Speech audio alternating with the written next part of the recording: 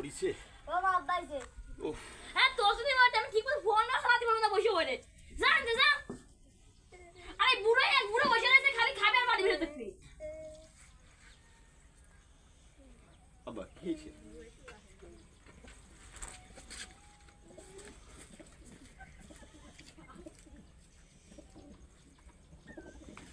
বাবু কি হয়েছে শোনা কাঁদছো তো কেন বাবু মা মারিছে খাইছো এখনো খাও নেই তুমি জানো কাজে চলে যাও সামনে মা বসে বসে মোবাইল টেপে তাই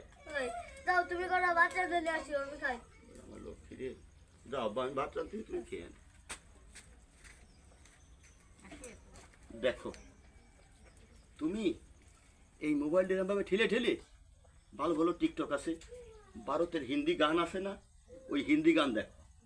ভোজপুরি আছে না ওই ভোজপুরি দেখো তোমরা মেয়েরা এই সংসার জিনিসটা কি বোঝো একজন পুরুষ কত কষ্ট করে কত পরিশ্রম করে এই মাঠের থেকে কাজ করে বাড়ি আসলাম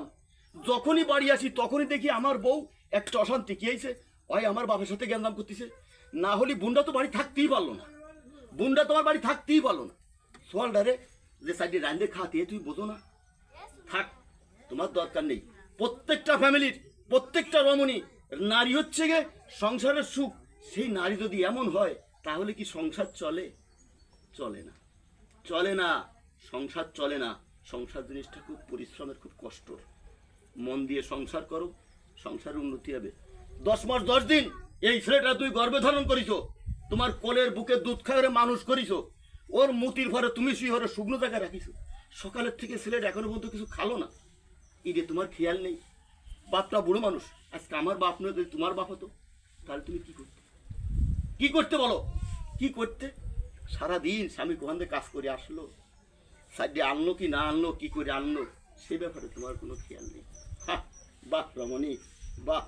তোমাকে আমি একটা সেলুট জানাই তোমার মতো বাংলার নারীরা যেন এভাবেই সংসার করে সংসার সুখের হবে